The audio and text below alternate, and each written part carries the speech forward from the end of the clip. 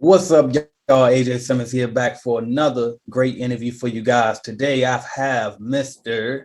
Wilfred, and I'm gonna try to guess your last name, Mr. Wilfred Kanzika. Did I get that right? Kanziga. Yeah, Perfect, yeah, perfect. Okay, Kanziga. cool. Wilfred Kanzika, and so he actually bought a starter kit course from me back in. It was actually 4th of July exactly. I checked it. So he just bought it less than 30 days ago. Closed on a big contract about maybe 2 weeks ago, so a little bit right after he got it. And so I just wanted to bring him on once we talked. I said, you know what, you might as well come on and share your story because moved here from Kenya about 3 years ago. And I was like, I think you might have a unique story that we should share. So please welcome Mr. Wilfred. What's up, Wilfred? I'm doing all right, AJ. How are you? I'm pretty good, man. I'm pretty good. So let's go ahead and start it off right. So tell us a little bit about your company and where you're located. Headed to the top, ain't none of y'all stopping me. Used to say I never get a ring, Charles Barkley. Now I got a wife, got kids, own property. Bubble-eyed beans that look like that be watching me. Okay, I lied about the beans, but that was hard though. I'm still in that black act, but she starred though. Cause that's all it takes. I'm flashing for. I'm on my grind, not no more fashion show. My company is called Tunza Enterprises. Tunza is a Swahili word which means to take care of. Okay. Yeah, and I'm based in Thornton, Colorado. That's roughly like 10 to 15 minutes north of Denver. Right. Okay. Yeah, so that's where I'm located. Gotcha. So why Colorado first before I even go into my real questions? Why Colorado? So I'm married to a lady called Melissa. Missy and I met in Kenya in college in 2013. Gotcha. She was part of a missions group in her school, UNC here in Colorado. So she came over to Kenya. We did programs together, and then we started dating. And we decided our ultimate plan is to go back to Kenya after a few years in America. But we decided to start life in the States first until I can get all my paperwork, like citizenship and everything. Because right now I cannot live outside the US for more than 6 months. Right. Okay. Yeah, so we decided to move here, settle down, and then we can just move back when our time is ready to move back. And then if I'm a citizen, there's no paying for a visa Wow. again. It's just, yeah. Gotcha. Okay, so she's from Colorado, so we decided to just live in Colorado. Gotcha. So let me ask you this. So were you thinking when you moved from Kenya, before you even met your wife, were you ever even considering moving to the States, or was she really like the main thing that made you move here, or would you kind of aspiring to come here anyway? Yeah, I was. Yeah, the United States rolls out this visa lotteries every year. Each country gets a certain number of slots. Right. So people normally applied. I remember I applied like several times, but I didn't get it because it's a lottery. Right. So yeah, I really wanted to come to the US, and then I met Melissa and we discussed it. Like, do we start life in Kenya or do we start life in the States? So we decided let's start in the US and just get all our paperwork done good, and then we can just move back when we're ready. So. Gotcha. All right, cool, man. So now I know that, so you said you got your green card now. So I'm wondering, Yes.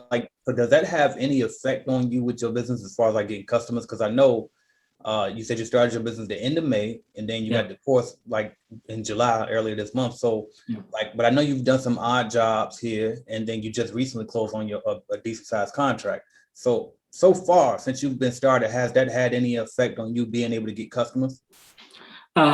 So for the most part, customers don't ask if you're a citizen or not. But the only downside is if you want to obtain funding, maybe from a bank or from a financial institution, because my credit score is good, but I don't have a credit history. Right. That's one thing that I realized. You can have a good credit score, but they look at your credit history. Right. Like how much have you paid in your debt? How much have you closed in your debt? They look at that. So when getting customers, it's just like everybody else. You go do your marketing and all of that and present yourself well and get close on contracts. But it doesn't have effect on getting customers. The only effect is in obtaining funding for your business. Right. That's that's where it gets tricky. Gotcha. All right, cool, man. So let's jump into this contract that you recently closed on. So can you just share a little bit of details about, what type of building it was, then maybe how much it'll pay you and so forth? So it's a church. It's the church that I go to. Gotcha. It already had a cleaner. Yeah. So when I started my business, I approached the person who is in charge of hiring contractors and vendors. So I approached him. I told him, yeah, I have a cleaning business and I would be interested in cleaning the church for you guys. Right. And yeah, so I made the initiative to just approach him and talk to him. Right. And market my business. So he agreed and said, okay, we'll talk about it. So we had a meeting, we talked about it. Mm-hmm. And fortunately, the people who are cleaning right now, they'll be done this week. Yeah. I'm moving to Florida. All right. Okay. Yeah. So they were like, okay, we talked and they said, since they're moving, we'll bring you on board and do it. We will have looked for someone else, but because you approached us and talked to us nicely and pitched your business to us, it would be good to have you on board. So, yeah. Wow, man. Congrats on that. So, and see, that's so important too, because there's a couple things in there that you said, some lessons I want to point out to the people. So number one is the fact that you opened your mouth. First of all, a lot of people are too scared to even open their mouth and offer their service to people. So make sure that you put the word out there, let people know you have a cleaning company. The second thing is you said something key. You said you went to the person that's in charge of hiring the cleaning company. Yes. You didn't go to the pastor. You didn't go to the usher board leader. You didn't go to your girlfriend or your wife and tell her to talk to somebody. No, you went directly to the source and asked them and basically solicit your services. So here's what I want to teach everybody is this. That's what it takes to get every contract. You know what I mean? Find out who's in charge of hiring the cleaning company and ask them, hey, can I provide you with a quote? Or are you looking for a cleaning company? But say something to them. And there you go. You'll get your chance. You know what I mean? At doing the business. So congrats to you again on that, man. Yeah. All right. So cool. So coming to a new country, that just sounds scary, right? So could you just kind of talk about I guess share some tips for some people who would like to switch to another country? Because me personally, like you came to the States, I'm trying to get to Africa myself, right? So, and actually do a business. So is there any tips that you can share for us so far in regards to going to a whole new country and starting a company? So what I will advise people moving to a new country is to settle down and get assimilated a little bit, get familiarized with the culture and what's going on. I'm not yet there. I'm still learning. Right. Yeah, I came here, I speak English, but I realized American English is different from the English I spoke. I went to school, I went to college. I know to speak English, but I had to relearn in this culture. Yeah. So I moved here, I settled down. Important thing, get your paperwork in order. Get your paperwork in order. See, I came here on a fiancé visa. Have you watched the show 90 Day Fiancé? I have. Yeah, exactly like that. So I came on a fiancé visa. It's 90 days because when you land in the US, you have 90 days to get married. Right. You have exactly 90 days. If not, you get deported. Wow. Yeah. So we had to plan our wedding way even before I landed here. We had to show proof that we would get married 90 days. We got married. I applied for my work authorization. I got my social security card. Applied for my green card, went for my biometric. I got my paperwork in order. Right. Otherwise, you won't be able to move forward with that. It's you have to pay some money. You have to pay several $1,000 plus to get all the paperwork in order, but it is very important. Then again, after that, you can be able to move forward with your plan. So I got my paperwork in order. I settled down. I got a job. I started to see how the system is, like who to talk to, where to go, where to get help. And then that's when I decided to start a business after 3 years. Gotcha. After close to 3 years. Yeah. Okay. So it is scary, but yeah. Okay. So let me ask you this then. So I know you've been here for a couple of years now. So like, did you always aspire to start your own company? And then also, like, is this your first company that you started so far, or have you tried other ventures before? And then if not, then what were you doing before you started this company? So before moving here, I had a business. I had a business selling secondhand shoes. Okay. Yeah, lots of people get secondhand shoes and clothes from first world countries. So I had a business in school, all the way in college, starting selling secondhand shoes. I had the freedom to make my own time, to make my own choices, which was good. So I moved here to settle down.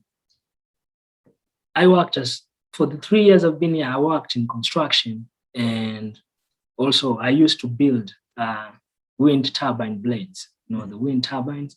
Yeah, there's a company here in Colorado. It's the biggest wind company called Vestas. I used to work for that, building the wind turbine blades. And then I got a job as a crane operator. I'm a certified crane operator. Gotcha. So I can operate a tower crane. I can operate all these bunch of cranes. So I was a crane operator, but I lost the job because I couldn't get a CDL, because when I moved here, I got diabetes. And you cannot get a CD, you cannot get that health card if you're dependent on insulin. Gotcha. So yeah, I picked up a construction job as a carpenter. So I worked as a carpenter for a year plus. Right. But I decided, then I sat down and asked myself, okay, if I have to build wealth for my family, if I have to build wealth for me, if I have to build wealth for my people back home, I cannot build wealth doing this job. Now, so I sat down, I planned my life, and I decided to do a cleaning company, because in construction, for the most part in my crew, I will do the post-construction cleaning. Right. I will, after everything, all the foremen will ask me to do that, and I will do that. And doing side jobs like doing remodeling stuff, I will do the post-construction cleanup later after that. So I put my thoughts together, I put my mind together, and I decided to start a company. That's what's up. Yeah. That's what's up, man. So let me ask you this. So going back to that contract that you just got, so how did you know how much to charge when you charged them for? Like how did you come up with the price for it? So if viewers can look behind the wall, they say CBN, Clean Biz Network. CBN provides a calculator that you can use to get estimates for how to charge. Yep. It's very easy to use. It's an app, very easy to just punch in the details of what you want. Like the church that I have contract is 20,000 square feet, 18,000 carpeted and 2,000 hard floors. So I just put that in, and the number of toilets, urinals, mirrors, and sinks, everything, how much I'm going to pay somebody to help me out. And it just gets you what to charge. So, and then you can look at it and see where you can play with it to make sure that you get your margins right. Right. I tell you what, that question worked out perfectly for me, because I ask that question a lot sometimes. And I'm asking it for two reasons. One, so whatever you did, whoever's watching this can use your method, right, to figure out how to price. And two, because I'm hoping what you just did, sometimes I'm hoping that maybe they'll say Calculated Clean or Clean Biz Network, and I can get a shameless plug in there. So I appreciate that you were able to give me that shameless plug, man. All right. So I did stalk your Facebook page a bit as I prepared for this interview. And I see that you and your wife had a newborn baby not too long ago, about 3 months ago, I think it was, or early this year. It's 6 months. Yeah. June. He was born January 10th. Yep. Okay. So congrats on that. Congrats. Thank you. So how much influence did expecting a baby have? Like, did that have any influence at all on you wanting to start a company? So in my carpenter job, I would wake up at 4. Mm-hmm. And go to work and come back home around 3. And I would get home so tired. Right. Because as a carpenter, I was doing rough carpentry and all of that. A lot of times I'll have to wear my tools. I have to wear your harness. with 2 bags, Right. several pounds of weight Yeah. every day. And then, so when the baby came, like everything changed. Right. It's not me now. Like I have to take care of this tiny human being and make sure that he gets the best that I can give him as a father. Right. And my wife too. So I looked at that and I say, if I have to build a good future for him, I cannot continue doing this. Right. I cannot. Because like several times he was sick and I had to not go to work and just be with him. And in construction, if you don't show up, Mm-hmm. you don't get paid. Right. If you don't punch in the morning, you don't expect a paycheck on Friday. So that was a wake up call for me. Like this has to change. Right. I need to do something for me. I need to do something for my kid. I need to do something for my family, my wife and kid. If I have to build wealth, I have to venture on my own. Absolutely. Build something on my own. Yeah. Absolutely. So he was a great influence. He is still. That's what's up, man. So, all right, cool. So let me ask you this. With you, being from Kenya and being here in the United States and starting your business, do you think there's any advantages or disadvantages that you have? And then could you kind of expound on that a little more? Because what I want to do is I want to see, because I'm sure I have people, from all over the world watching this channel, trying to start a cleaning company, but they're wondering, okay, well, when I move there and I start this business, is it going to be harder or worse, or am I going to have any advantages? So could you kind of expound on, what you think your situation might be? So the thing is, coming here and starting a business, like I said earlier on, I still don't know a lot of stuff. Like I still don't know like a lot of protocols involved, like how to talk, like something like that. So I asked a lot of help from my friends. I asked a lot of people that also own businesses on what to do. Like if I go to a bid appointment, like I talk to people, okay, what should I expect? How should I respond? Right. Like, because in my culture, we don't have like political correctness or something like that. And Right. moving here, you have to tread carefully so that you don't say something or do something that will offend somebody. Right. So presenting yourself in a way that will be acceptable to people here. Right. So as an immigrant, when I go out for my bid, to do bids, I have to think about that. I have to think about what I say, think about how I dress. And there's so many people who are willing to help you navigate that. Yeah. Who are willing to help you, like to just make sure that you don't do or say something subconsciously. You don't know, but you might say something or do something that will offend somebody, and that can make you not get a contract or something like that. So I'm still like asking a lot of help from people. Like sometimes I go to make a bid appointment for window cleaning, and it's a different kind of windows that I've never seen since I was born. I'm 33. Like it's like things that I've never seen. So I'm like, okay, how do I charge this? So I take pictures and I go back. Right.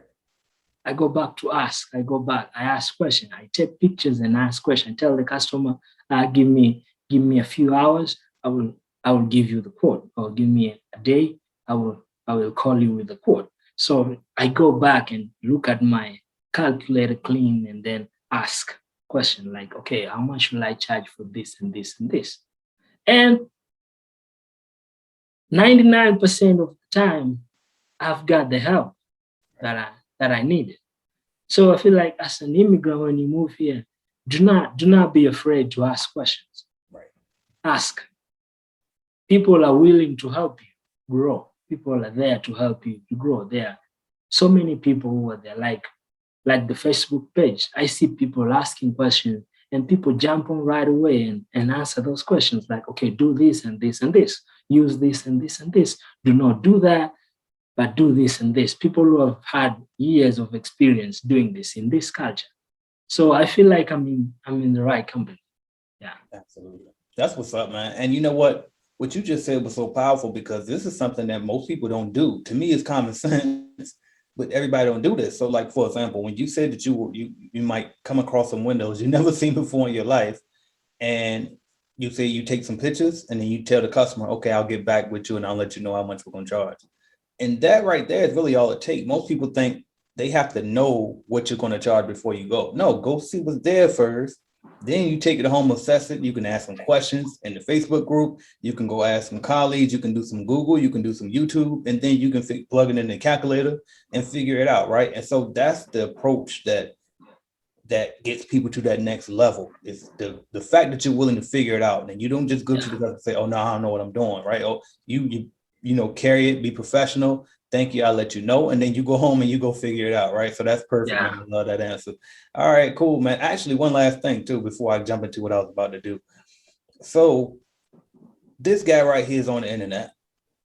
Somehow you find me, and I see you got the Cleaning Business Starter Kit course from us. I see you using Calculated Clean, and then I see you also bought some leads from us. So why you come from a whole nother country, you find this random black guy on the internet talking about this cleaning business? Why would you invest with me? So before I did that, I searched around for like how, because I believe as a business owner, or if you want to start a business, it's good to first get like some kind of training to know how the industry is, even if you know it, even if you've done that for long. But it's good to know the nitty-gritties, the little things like what to do, like what to expect. So I was looking for that, and I got all these courses online, but they you don't see somebody. You don't. Most of them are just like you buy this package and they send you a link with all this information, and then you pay for a certificate that they mail you the certificate, but you don't see the face. Right. You don't know if they have any experience in doing that. They can say they've done this for 20 years, Right. but who are you? Right. I want to put a face to the name. So in my search, I came across CBN. Okay. So I watched a lot of your videos before when you were with Jan Pro. Right. Yeah. And you talking about starting there, owning, being a franchise owner and all of that. So all of that took some time. I didn't just stumble on you and just buy the starter kit. No, I stalked you. I watched your videos. I watched what you were doing. I watched your progress. And then I said, okay, this is what I can do. Right. And then, so that's why I decided to join the CBN network. That's because I could put a face to the name. I could put a face to the training. I could put a face to people. I read testimonials. I read about other people about what you were doing. So that's why I did it. Otherwise, I would not have done that. Yeah. Right.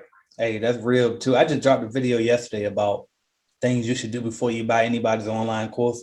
You literally just summed up my whole 10-minute video right there, because I mean, vet these people out, stalk them a little bit, watch them, and then, put the face with the course, right? Are they actually going to be there with you, or they're just going to send you a link, right? So, but anyway, I appreciate that. So before we go, I got to ask you this. If somebody's watching this right now and they're afraid to make that jump themselves and invest in their own cleaning business, what would you say to that person? It is okay to feel afraid. Yeah, it is a natural, there's that natural fright when you want to take the plunge. As human beings, we just want to take the flight and not face it. But I can tell you I've only been here, I've only done this less than 3 months. But I can tell you there is great potential. After this, I'm going to get in my car and I'm going to knock on apartment buildings. Going to knock on their doors and offices, trying to get bids for them. I'm going to do that. It's working for yourself. Like, many people are stuck doing a job that they don't get satisfaction. They do all these mundane jobs that they you don't get that satisfaction. But as an entrepreneur, you get the satisfaction of knowing that if you put in 100 hours this week, that is going to come to you. It's going to benefit you and your family. It's going to benefit your growth. So it is scary. I was used to a paycheck every Friday. No, every Thursday midnight. I was always getting this check every Thursday midnight. But then when I decided to stop, I knew this is not going to come. So that motivates me to keep going out there, Yeah. I've been only 3 months, and I'm telling you, I've done a lot of jobs. Most of them have been just one-time jobs. Right. But they're coming. Absolutely. They are coming. I'm telling you, they're coming. And by the way, because I know you told me this before we started recording, but I want to make sure that we can say this out on the video for other people to learn from. So those one-time jobs you've been getting, where are you getting those from? So I have friends. In my circle, I have lots of friends. I tell them about them. I tell them I have friends who are doing business. They're doing junk removal. They're doing remodeling. They're doing painting. I talk to them. I talk to people in my church. I talk to my family. I tell them, go out there and spread this word for me. Help me out. I'm not yet in a position to do all this advertising. I'm starting. Help me advertise my business. So all these calls I've been getting from people in next door, neighbors. Yeah, like people who have been told by my friends, and also people that have done these random jobs too. They tell their neighbors, and their neighbors tell their neighbors. And that's where I come in. Yeah. That's what's up, man. All right, cool, man. So, Wilfred, this has been great. But before you go, I got to do something fun with you. So we're going to do what's called the lightning round. All right. So what we're going to do is I'm going to say a word or a phrase, and you can tell me, I guess, the first thing that comes in your mind or what it means to you. All right. You ready? All right. All right, cool. So first word is Kenya. Oh, I see home. I see my family. I see my friends. I see my father, mom, my brothers. And I just see my homeland. Yeah. Ooh, all right. Shout out Kenya. All right, cool. What about religion? Religion, I see peace. When I'm a Christian, I'm a religious person. So I go to church every Sunday. My family and I are involved in church. And I just see that feeling that people can just come together and just forget about the struggles of the week and just come at a place of quiet and just peacefully just worship their Lord and just, yeah. All right. How about cleaning business? When I see cleaning business, I